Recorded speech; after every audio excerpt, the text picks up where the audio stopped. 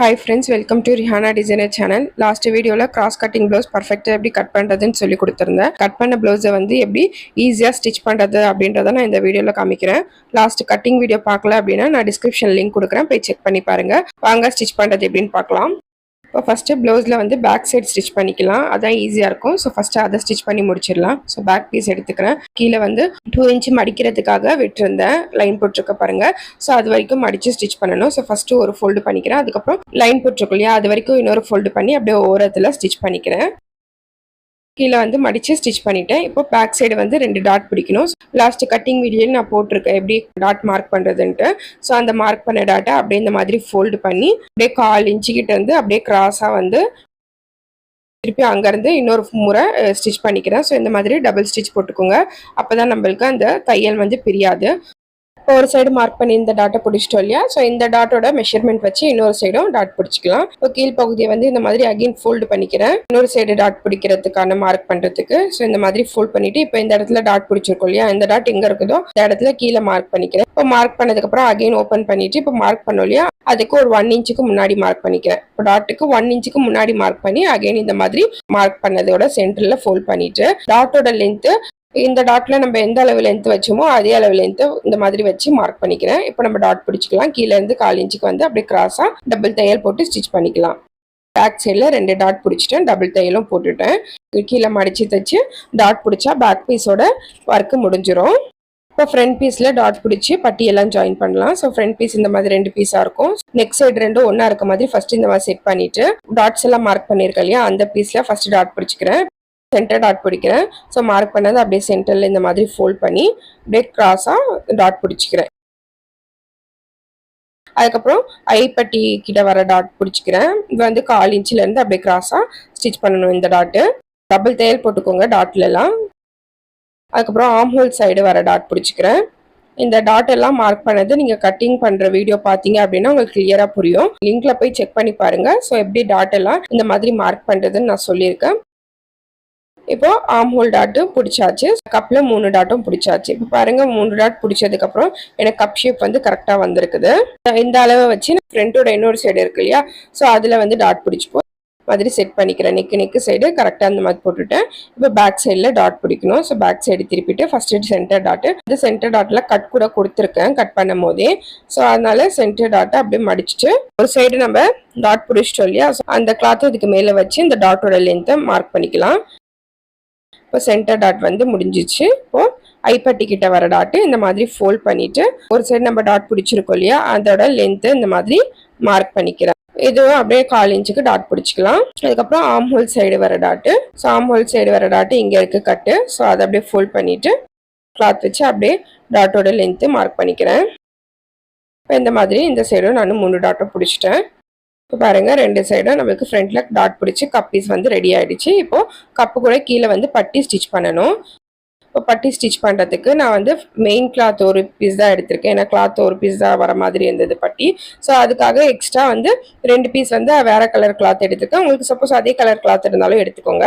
Piece எடுத்தோம் அதில் first கீழே வந்து ஒரு லேயர் போட்டுக்கிறேன், அதுக்கு மேலே இன்னொரு லேயர் 2 லேயர் எக்ஸ்ட்ரா கிளாத் வச்சு அதுக்கு மேலே மெயின் கிளாத் வர மாதிரி நான் பட்டி வைக்கிறேன். அப்போதான் பட்டி வந்து நல்லா ஸ்டிஃபாக இருக்கும். எக்ஸ்ட்ரா பீஸை வந்து இந்த மாதிரி மேலே வச்சுட்டு இந்த மெயின் பீஸ் இருக்கு இல்லையா பட்டியில், அது வந்து 2 கொக்கி பட்டி சைடு கிட்ட வர பீஸை 2 இந்த மாதிரி ஒன்றா வச்சு செட் பண்ணிட்டு இப்போ ஒரு சைடு ஸ்டிச் பண்ணுறேன். இந்த எக்ஸ்ட்ரா பீஸும் மெயின் பட்டி பீஸும் இந்த மாதிரி ஒன்றா வச்சு ஃபர்ஸ்ட் எல்லா சைடையும் அப்படியே ஜாயின் பண்ணிக்கிறேன். அப்போதான் நம்மளுக்கு கிளாத் வந்து சுருக்கம் எதுவும் இல்லாமல் கரெக்டாக வரும் பட்டி ஸ்டிச் பண்ணும்போது. மெயின் பட்டி பீஸ்க்கு ஏற்ற மாதிரி ஸ்டிச் பண்ணிட்டு எக்ஸ்ட்ரா பீஸ் இருக்கு இல்லையா, அது எல்லாத்தையும் சைடில் மேலே எல்லாத்தையும் கட் பண்ணிடுறேன். அப்போ தான் நம்மளுக்கு பட்டி ஷேப் வந்து கரெக்டாக வரும். கீழே மட்டும் நான் கட் பண்ணல, கீழே அந்த எக்ஸ்ட்ரா பீஸ் இருக்கிறத அப்படியே விட்டுடுறேன். ஏன்னா நம்ம லாஸ்ட்டில் வந்து கீழே மடிச்சு தான் ஸ்டிச் பண்ணுவோம். ஸோ அந்த எக்ஸ்ட்ரா பீஸ் வந்து மடிச்சா உள்ளே போயிடும். இப்போ இதே மாதிரி பட்டியில் இன்னொரு பீஸையும் கரெக்டாக வச்சு பட்டி பீஸ்க்கு ஏற்ற மாதிரி ஸ்டிச் பண்ணி மேலேயும் சைட்லேயும் இருக்க கிளாத்தை கட் பண்ணிடுறேன், கீழே இருக்க கிளாத் கட் பண்ணலை. இப்போ பட்டி பீஸ் வந்து 2 சைடும் ரெடி பண்ணிட்டேன். இப்போ மேலே வந்து கரெக்டாக இந்த கப் பீஸை போட்டுக்கோங்க. கொக்கி ஐப்பட்டி சைடு ஒரே சைடு வர மாதிரி போட்டுட்டு ஒரு சைடு ஃப்ரண்ட் பீஸ் எடுத்துக்கிறேன். மேலே கப் பீஸ் இருக்கு இல்லையா, அது இந்த மாதிரி திருப்பி போட்டுட்டு கப் பீஸை வந்து கொஞ்சம் கிராஸாக வச்சோன்னா ஒரு ட்ரையாங்கிள் ஷேப் மாதிரி கிளாத் வந்து கொஞ்சம் வெளியில் போகும். 1/4 இன்ச்சுக்கு கிளாத் வந்து வெளியில் தெரியும். அப்படியே ஸ்டிச் பண்ணிட்டே வரணும். ஸ்டிச் பண்ணும்போது அந்த டாட் சென்டர் டாட் பிடிச்சிருப்போம் இல்லையா, அந்த டாட் இருக்க கிளாத்தை வந்து அப்படியே ஃபோல்டு பண்ணி ஸ்டிச் பண்ணிக்கணும். ஸோ இந்த மாதிரி நான் பட்டி ஸ்டிச் பண்ணிக்கிறேன். ஸ்டிச் பண்ணதுக்கு அப்புறம் இந்த பட்டி ஜாயின் பண்ண இந்த கிளாத் இருக்கு இல்லையா, பேக் சைடு, இந்த கிளாத்தை வந்து கீழே சைடு பட்டி சைடு வர மாதிரி இந்த மாதிரி கீழே சைடு திருப்பிட்டு அந்த பட்டி பீஸ்க்கு மேல ஒரு படிமான தையல் போட்டுக்கிறேன். ஸோ இந்த மாதிரி போட்டுட்டோம் அப்படின்னா நமக்கு பிசிறு எதுவும் தெரியாது, பட்டியும் நல்லா படிஞ்சிருக்கும். இப்போ இதே மாதிரி இன்னொரு சைடு பட்டி பீஸையும் ஜாயின் பண்ணிக்கலாம். ஃபர்ஸ்ட் மேலே இருக்க பீஸ் இந்த மாதிரி திருப்பி போட்டுட்டு இந்த பட்டி பீஸ்க்கு மேலே இருக்க பீஸை கொஞ்சம் கிராஸாக வச்சு ஸ்டிச் பண்ணுறேன். ஸ்டிச் பண்ணும்போது சென்டர் டாட் இருக்க கிளாத்தை வந்து மடிச்சு ஸ்டிச் பண்ணணும். பட்டி பீஸை ஜாயின் பண்ணதுக்கு அப்புறம் அந்த பட்டி பீஸ் ஜாயின் பண்ண அந்த கிளாத் இருக்கு இல்லையா, அது கீழ் சைடு திருப்பிட்டு அப்படியே பட்டி பீஸ்க்கு மேல படிமான தையல் போட்டுக்கிறேன். எக்ஸ்ட்ரா அதாவது கிளாத் வெளியில இருந்ததுன்னா கட் பண்ணிடுங்க. பட்டி பீஸும் கப் பீஸும் ஜாயின் பண்ணியாச்சு. இப்போ வந்து கீழே வந்து மடிச்சு ஸ்டிச் பண்ணணும் இல்லையா பட்டியில. ஸோ அது வந்து எந்த அளவுக்கு மடிச்சு ஸ்டிச் பண்ணணும் அப்படின்னா, நம்மளுக்கு பேக் என்ன ஹைட் இருக்கோ அந்த அளவு ஃப்ரண்ட்ல மடிச்சு ஸ்டிச் பண்ணோம் அப்படின்னா தான் நம்மளுக்கு சைட்ல வந்து மேலே கீழே வர ப்ராப்ளம் வராது. இப்போ ஃப்ரண்ட்டும் பேக்கும் ஜாயின் பண்ணுறதுக்கு ஷோல்டரை ஜாயின் பண்ணணும். இப்போ பேக் பீஸை வந்து கரெக்டான சைடு வச்சிருக்கேன். அதுக்கு மேலே ஃப்ரண்ட் பீஸ் வந்து பேக் சைடு மேலே வர மாதிரி போட்டுக்கிறேன். ஃப்ரண்ட்டும் பேக்கும் போடும்போது நெக்கும் ஒரே மாதிரி வர மாதிரி பார்த்துக்கோங்க. ஃப்ரண்ட் பேக்கோட ஆர்ம் ஹோல் சைடு ஒன்றா இருக்க மாதிரி வச்சுக்கோங்க. பாருங்க இந்த மாதிரி வச்சுட்டு இப்போ ஷோல்டர் ஜாயின் பண்ணிக்கிறேன். ஷோல்டர் ஜாயின் பண்ணுறதுக்காக மேலே 1/2 இன்ச்சு கிளாத் விட்டுருந்தேன். ஸோ லைன் போட்டுருக்க பாருங்க, அந்த அளவு கிளாத் விட்டுட்டு அப்படியே ஷோல்டர் ஜாயின் பண்ணி டபுள் ஸ்டிச் போட்டுக்கிறேன். இதே மாதிரி இன்னொரு சைடு ஷோல்டரையும் ஜாயின் பண்ணிக்கிறேன். இந்த மாதிரி ரெண்டு சைடு ஷோல்டரும் ஜாயின் பண்ணோம் அப்படின்னா நமக்கு ஃப்ரண்ட் பேக் வந்து ஜாயிண்ட் ஆகிடும். ஃப்ரண்ட்ல இந்த பட்டி வந்து எந்த அளவுக்கு மடிக்கணும் அப்படின்றத செக் பண்ணிக்கலாம். இப்போ ஷோல்டர் ஜாயின் பண்ணதை ஒன்றா பிடிச்சிட்டு இப்போ நம்ம ஃப்ரண்ட் செஸ்ட் பேக் செஸ்ட் கிட்ட கட் கொடுத்துருக்கோம். ஸோ அந்த ஃப்ரண்ட் செஸ்ட் பேக் செஸ்டோட கட்டி ஒன்றா இந்த மாதிரி வச்சுட்டு பேக் சைடு திருப்பிக்கிறேன். பேக் சைடு திருப்பிட்டு பேக் சைடு வந்து நம்ம இப்போ கரெக்டான ஹைட்ல மடிச்சு ஸ்டிச் பண்ணியாச்சு கீழே. ஸோ அந்த ஹைட்டுக்கு ஃப்ரண்ட் சைடோட கிளாத் எந்த இடத்துல வருதோ அங்கே மார்க் பண்ணிக்கோங்க. அதே மாதிரி இன்னொரு சைடு செஸ்ட் கட் ரெண்டும் ஒன்னா வச்சுட்டு இப்போ பேக் பீஸ் வந்து எந்த இடத்துல நிக்குதுன்னு பாருங்க. ஸோ இந்த இடத்துல இருக்கு. ஸோ இங்கே மார்க் பண்ணிக்கிறேன். ஸோ இந்த அளவு பட்டியில வந்து மடிச்சு ஸ்டிச் பண்ணிடணும். குக்கி ஐ பட்டி கிட்ட வந்து இந்த மாதிரி கட் கொடுத்துருப்பேன். நம்ம இந்த அளவு எக்ஸ்ட்ரா பட்டியில விட்டு இருந்தது. ஸோ அந்த அளவு மடிச்சுக்கலாம். குக்கி ஐ பட்டி சைடு ஜாயின் பண்ணுறோம்ல அந்த சைடு தான் நம்மளுக்கு பர்ஃபெக்டா வரணும். ஏன்னா சைடு வந்து ஃப்ரண்ட் பேக்கு மேலே கீழே வந்துடும். இப்போ அப்படியே நம்ம மார்க் பண்ண அந்த மார்க் அளவுக்கு பட்டியை வந்து மடிச்சு ஸ்டிச் பண்ணிக்கிறோம். ஸோ இந்த மாதிரி பட்டி வந்து கீழே மடிச்சு ஸ்டிச் பண்ணியாச்சு. ஃப்ரண்ட்ல வந்து இந்த மாதிரி பட்டி வந்து ரெடி ஆகிடும். இப்போ இன்னொரு சைடு பட்டியை ஸ்டிச் பண்ணோம் இல்லையா, அது எப்படி ஸ்டிச் பண்ணுறதுன்னு பார்க்கலாம். சைடில் வந்து பேக்கோட ஹைட்டுக்கு ஏற்ற மாதிரி நம்ம மார்க் பண்ணியாச்சு. குக்கி ஐ பட்டி வரும் இல்லையா, அந்த இடத்துல கொஞ்சம் இப்போ செக் பண்ணிக்கலாம் இன்னொரு பட்டி ஸ்டிச் பண்ணும்போது. ஏன்னா ஒரு பட்டி ஸ்டிச் பண்ண அதே ஹைட்டுக்கு இன்னொரு பட்டி நம்ம குக்கி ஐ சைடு ஸ்டிச் பண்ணோம் அப்படின்னா குக்கி ஐ சைடு ஹைட் ப்ராப்ளம் வர்றது கம்மியாகும்.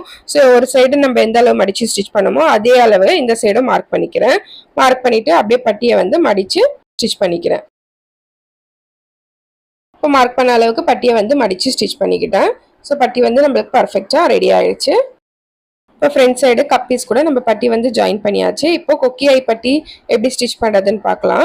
இப்போ கொக்கி பட்டிக்கு 1.5 இன்ச்சு வித் இருக்க டபுள் கிளாத் எடுத்திருக்கேன். ஐ பட்டிக்கு 2.5 இன்ச்சு வித் இருக்க டபுள் கிளாத் எடுத்திருக்கேன். அதை ஜாயின் பண்ணி இந்த மாதிரி லென்த்தான கிளாத்தாக எடுத்துக்கிறேன் கொக்கி ஐ பட்டி ஸ்டிச் பண்ணுறதுக்கு. எனக்கு இந்த மாதிரி ஜாயின் பண்ணதுக்கு அப்புறம் லென்த்தான கிளாத் கிடைச்சிச்சு. ஒரு சைடு வந்து கொக்கி வைக்கணும், இன்னொரு சைடு வந்து ஐ வைக்கணும். ஸோ நம்ம கொக்கி வைக்கிற சைடு வந்து 1.5 இன்ச்சு வித் இருக்க பீஸ் அது வந்து ஃப்ரண்ட் சைடுக்கு மேலே வச்சு மேலே ஒரு 1/2 இன்ச்சு கிளாத்தை விட்டுட்டு அப்படியே நம்மளுக்கு அந்த டாட் வரும் இல்லையா, அந்த டாட் வர இடத்துல ஒரு ப்ளீட் மாதிரி பிடிச்சிட்டு அப்படியே ஸ்டிச் பண்ணிட்டே வரணும். கீழே வந்து 1/2 இன்ச்சு எக்ஸ்ட்ரா கிளாத்தை விட்டு கீழ் சைடு மடிச்சு அப்படியே ஸ்டிச் பண்ணிக்கிறேன். இந்த மாதிரி ஸ்டிச் பண்ணதுக்கப்புறம் இப்போ ஃப்ரண்ட் சைடு ஜாயின் பண்ண இந்த கிளாத்தை பேக் சைடு திருப்பி ஸ்டிச் பண்ணும். ஸோ பேக் சைடு திருப்பதுக்கு முன்னாடி ஒரு படிமான தையல் போட்டுக்கிறேன். இப்போ படிமான தையல் போட்டதுக்கப்புறம் பேக் சைடு திருப்பி ஃபர்ஸ்ட் ஒரு 1/4 இன்ச்சுக்கு மடிச்சு அதுக்கப்புறம் அந்த ஜாயின் பண்ண கிளாத் ஃபுல்லாக மடிகிற மாதிரி மடிச்சுட்டு அப்படியே கீழே இருந்து இந்த மாதிரி ஸ்டிச் பண்ணிக்கணும். இப்போ இந்த மாதிரி கொக்கி வைக்கிறதுக்கான பட்டி வந்து ரெடி ஆயிடுச்சு. இப்போ இன்னொரு சைடு வந்து ஐ பட்டி ஸ்டிச் பண்ணுறதுக்கு 2.5 இன்ச்சு வித் இருக்க பீஸ் வந்து பேக் சைடு வச்சு ஸ்டிச் பண்ணணும். ஃபர்ஸ்ட் பேக் சைடு வச்சு ஸ்டிச் பண்ணிட்டு தான் ஃப்ரண்ட் சைடு திருப்பணும். ஸோ கீழே அதே மாதிரி 1/2 இன்ச்சு கிளாத்தை விட்டு மடிச்சு ஸ்டிச் பண்ணிக்கிறேன். இப்போ பேக் சைடு வச்ச பீஸை ஃப்ரண்ட் சைடு திருப்பிக்கிறேன். இங்கே ஃபர்ஸ்ட் ஒரு 1/4 இன்ச்சுக்கு மடிச்சுட்டு அப்புறம் 2.5 இன்ச்சு வித் இருக்க கிளாத் இல்லையா அதோட பாதியை மடிக்கணும். ஃபுல் கிளாத்தை மடிக்கக்கூடாது. அந்த ஜாயின் பண்ண அந்த எக்ஸ்ட்ரா பட்டி பீஸை பாதி மடிச்சு அப்படியே இந்த மாதிரி ஸ்டிச் பண்ணிக்கிறேன் ஓரத்தில். அதுக்கப்புறம் ஐ தைக்கிறதுக்காக ஒரு 1/4 இன்ச்சு தள்ளி ஒரு ஸ்ட்ரெயிட்டா தையல் போட்டுக்கிறேன். அதுக்குள்ளதான் ஐ தைக்கணும். இப்போ கொக்கி ஐப்பட்டி ஸ்டிச் பண்ணதுக்கு அப்புறம் இந்த மாதிரி ரெண்டும் மேல மேல வச்சு செக் பண்ணிட்டு எக்ஸ்ட்ரா இருக்க கிளாத்தை கட் பண்ணிடலாம். இப்போ கொக்கி ஐப்பட்டி எல்லாம் ஸ்டிச் பண்ணதுக்கு அப்புறம் ஸ்லீவ் ஜாயின் பண்ணணும். இப்போ ஸ்லீவ் வந்து நான் கட் பண்ணும்போது இந்த மாதிரி ஜாயின் கொடுக்குற மாதிரி கட் பண்ணியிருந்தேன்.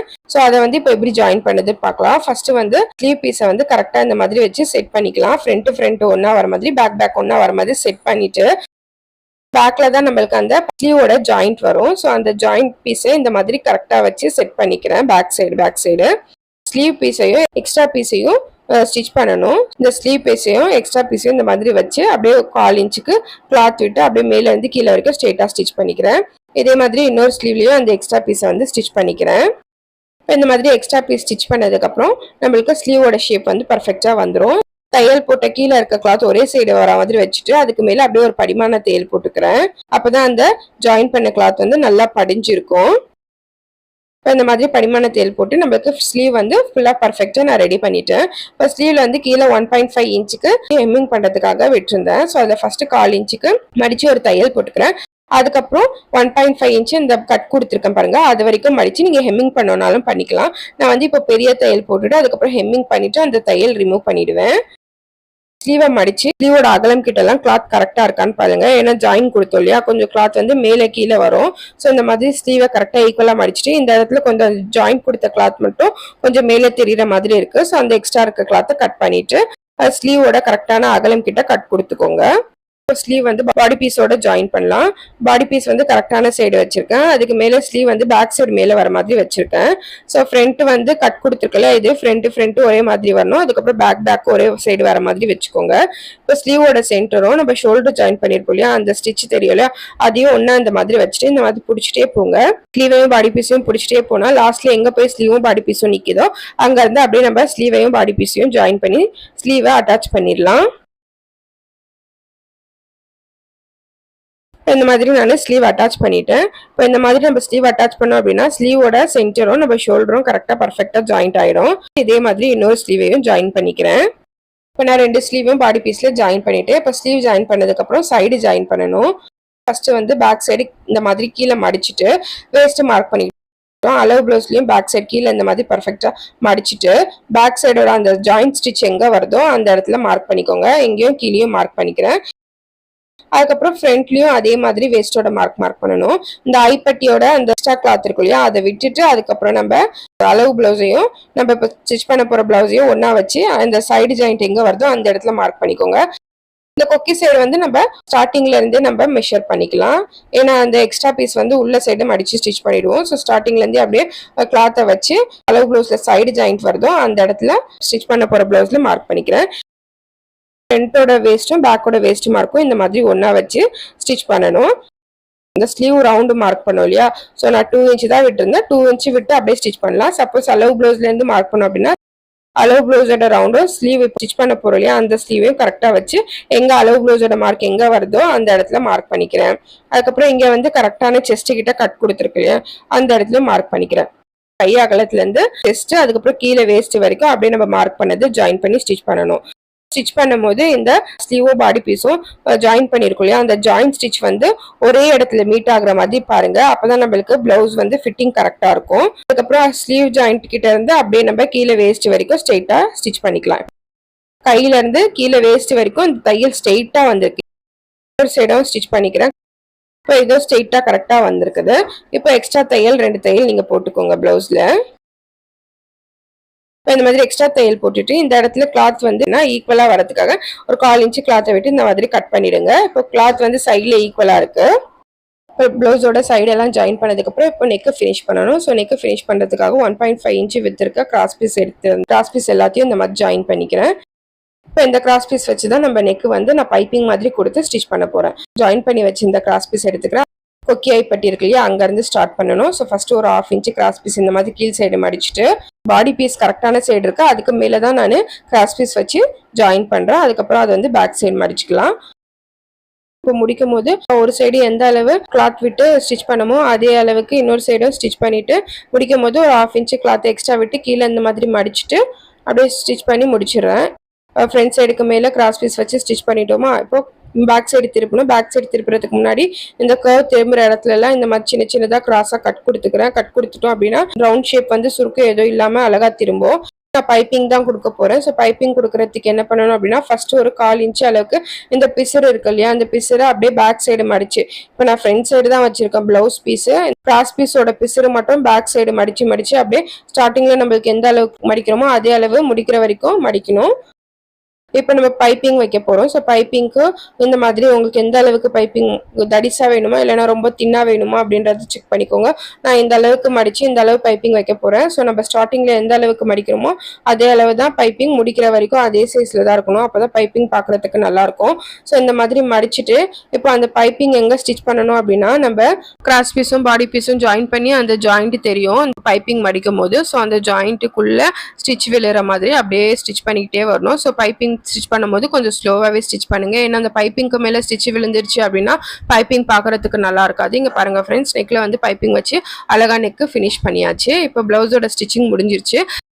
இப்போ ப்ளவுஸ் ஃபுல்லாக ஸ்டிச் பண்ணதுக்கப்புறம் ஒரு முறை நம்ம வந்து செக் பண்ணிக்கலாம். இப்போ வேஸ்ட் செக் பண்ணுறேன். வேஸ்ட்டில் வந்து ஐப்பட்டியை விட்டுட்டு அதுக்கப்புறத்துலேருந்து அப்படியே அளவு ப்ளவுஸையும் நம்ம ஸ்டிச் பண்ண ப்ளவுஸையும் ஒன்றா வச்சு பார்க்குறேன்.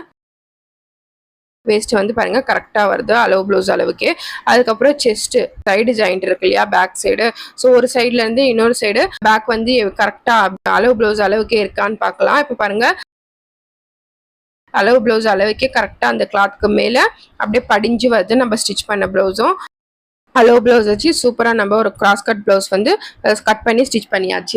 கட்டிங் வீடியோ பார்க்காதவங்க போய் செக் பண்ணி பார்த்துட்டு அதுக்கப்புறம் ஸ்டிச்சிங் வீடியோ பாருங்க. இந்த வீடியோ பிடிச்சிருந்தனா லைக் பண்ணுங்க, ஷேர் பண்ணுங்க. மறக்காம ரிஹானா டிசைனர் சேனலை சப்ஸ்கிரைப் பண்ணிடுங்க friends. Thank you friends. Bye friends.